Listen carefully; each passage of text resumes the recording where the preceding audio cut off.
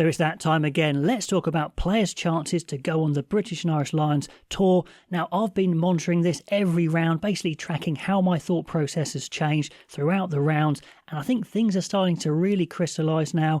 I think I can see the pecking order in my head, but let me know how far out or in you think I am, because it's a lot of fun. I've been putting players into guaranteed, high chance, moderate chance, outside chance, and virtually no chance categories, but I'd love to know what you would do.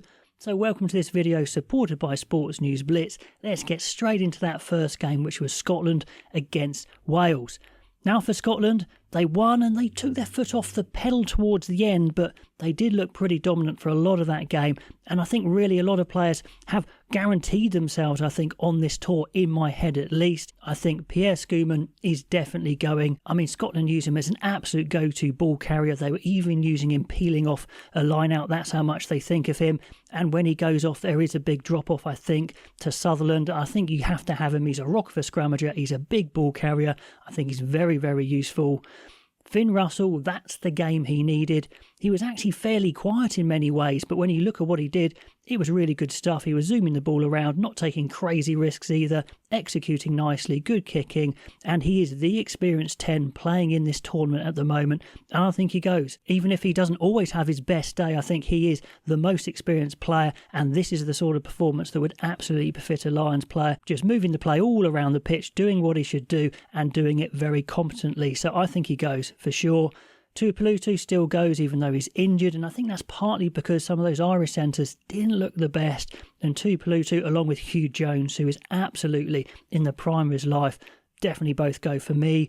Same with Graham, Kinghorn, Van der Merwe. Those back three were an absolute difference in this side. So dangerous. Kinghorn was on a mission. Van der Merwe was thundering, big handoffs. Graham is an absolute rocket ship. He makes things happen. He's very brave in the tackle as well, despite being small. So all of those guys, I think, are going on the tour. But let me know if you think I'm too optimistic on that, but I think that is locking in for me.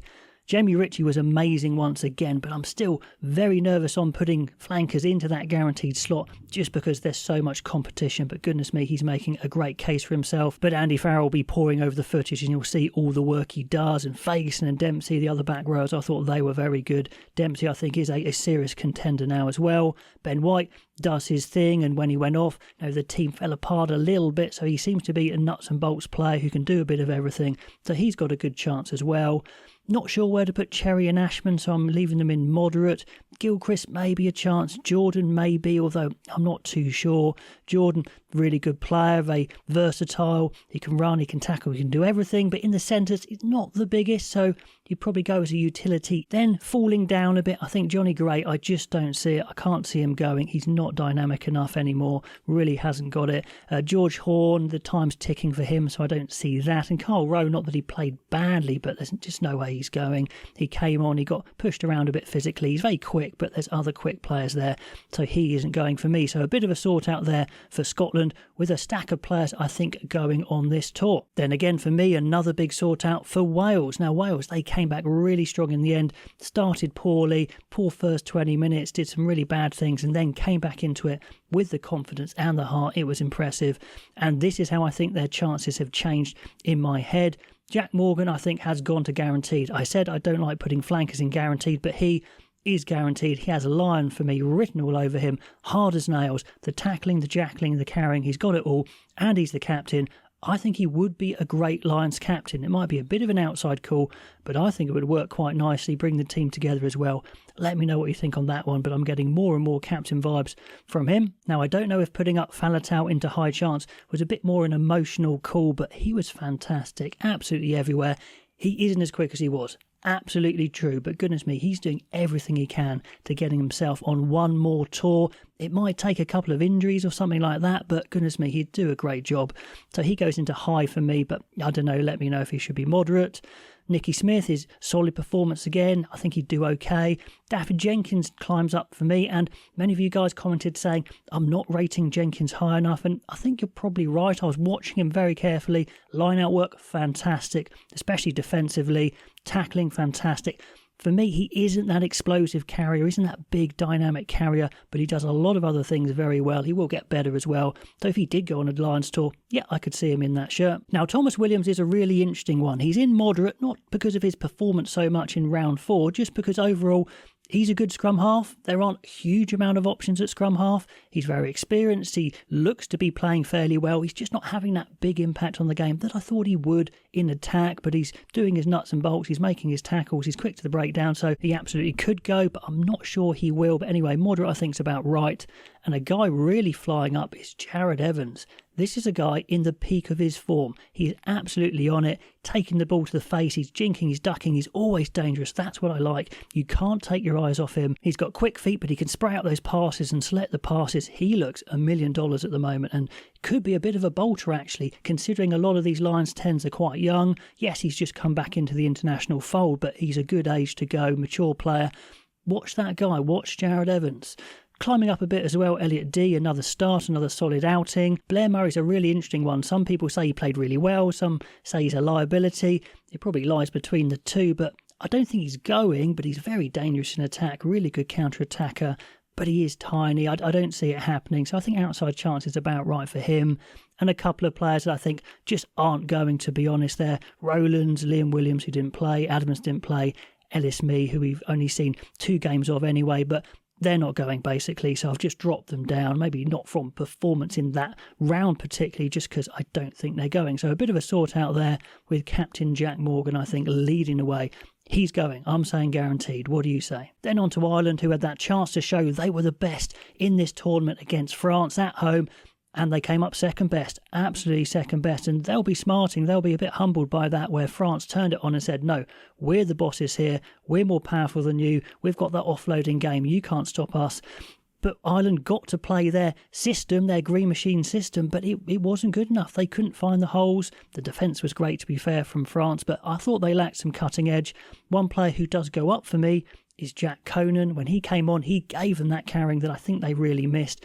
I think he should be starting. He's good enough to start, and I think he goes on the tour. I think he probably is the best number 8 I've seen at the moment in the tournament from these 4 nations, so I'm putting him in guaranteed. Some other players stay in guaranteed. Sheehan, I thought, played well. Tyburn played well, but he did have that clear out on Dupont, which we've watched on replay now, haven't we? And it was no arms. It was a bit out of control. Was he being pushed? I don't know, but it was definitely reckless. I don't think he meant to fall on him and hurt his knee, but it wasn't a good clear out. But I still think he goes, but let me know if you think it changes anything for you. Kellyn Doris, I thought, had a really good game. He was all over the place. Gibson Park was again fine, but again outshone by his French counterparts. Luku, when he came on, was phenomenal. Keenan did show up well. They missed James Lowe badly when he was injured in the warm-up. Now, ironically, I don't think Tyg Furlong's chances have been hurt particularly by not playing, actually. I still think he's got a great chance of going, and if he gets fit and shows his fitness, I think he probably would go up to guaranteed, but he's still got a good chance, as has Beelum. Ryan was fine when he came on. Dropping a bit, though, from guaranteed. Joe McCarthy, just because can you trust the guy? I mean, that pullback was just crazy. I mean, it wasn't even subtle. You saw Peter Amani getting away with some subtle cheating, if you like, but Joe McCarthy, what was he doing? Just literally, it was like the guy was on a bungee, just flew backwards. Such an obvious yellow card.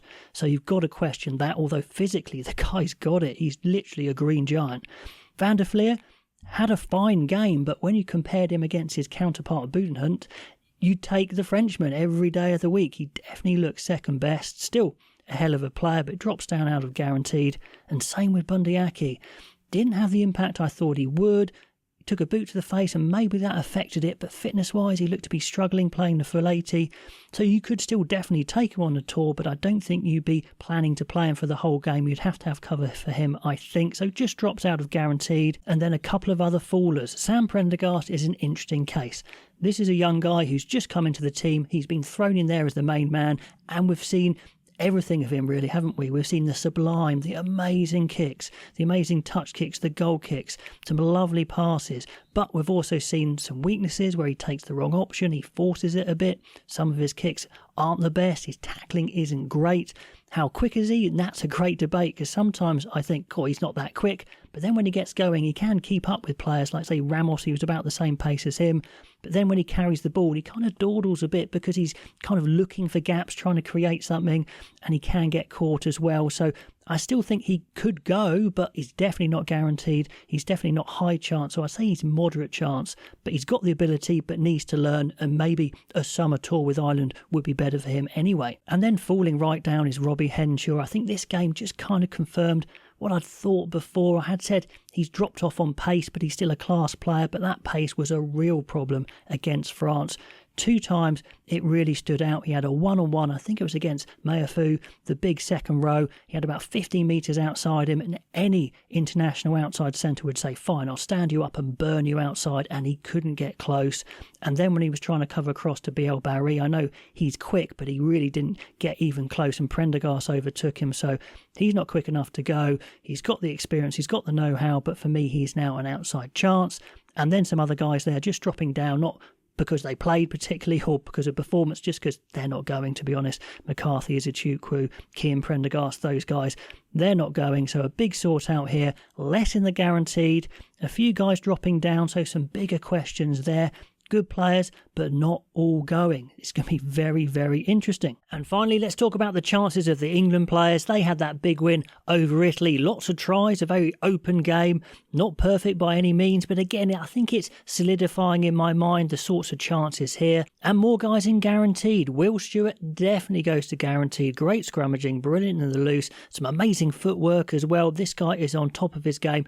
He is going as a tight head, as is Tom Curry. Once again, Titanic, keeps getting niggles, knocks, but it doesn't look like it's his hip at the moment, which is great. I mean, Alexanderson is probably watching the Six Nations going, oh my God, after this and the Lions, he's probably finished for sale. But anyway, he's playing amazing, as is Tommy Freeman. Another brilliant game against Italy. He's definitely going, has to be going. Plus, he's pretty flexible as well. Into the high chance, Chesham, really impressive game. Amazing in the line out, looked really fit, really quick. Alex Mitchell does divide opinion, but this sort of open game suited him more, and there's not many starting scrum halves out there, so considering there's probably 3 going, I think he has a high chance. Finn Smith, Marcus Smith, I think they've got a high chance as well, because apart from Finn Russell, all the other fly halves are fairly inexperienced, and Marcus Smith isn't being played at 10, so it's a bit of a bun fight, unless Farrell goes for his son, Owen Farrell, but that's for another video. Moderate chance, I think Ellis Genge hasn't quite happened for him, so he drops down. Just let me know what you think's going on with Genge. He still could go, and I think he'd do a good job, but seems to be working hard without too much result at the moment. Joe Hayes is a solid scrummager. Finn Baxter's getting a lot of game time. And Tom Willis continues to perform well. So I think they're all in moderate. Maybe Willis should move up a bit. But the back row is so heavily contested. I think he just goes to moderate. And then some guys slipping down. George Martin obviously didn't play. So I think he drops down. Cunningham South shows he's a physical specimen. But not really particularly a thinker. So I think he's just an outside chance now. Fraser Dingwall played a couple of games. So I think he just moves up to outside chance. And Freddie Stewart hasn't played a couple of games, so he goes down.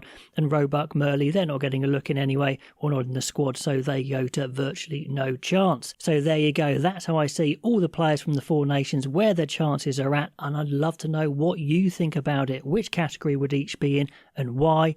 Do like the video, and if you haven't subscribed, that would be amazing as well. Come along for the ride this year as we get into the Lions Tour, of course, and I'll catch you next time.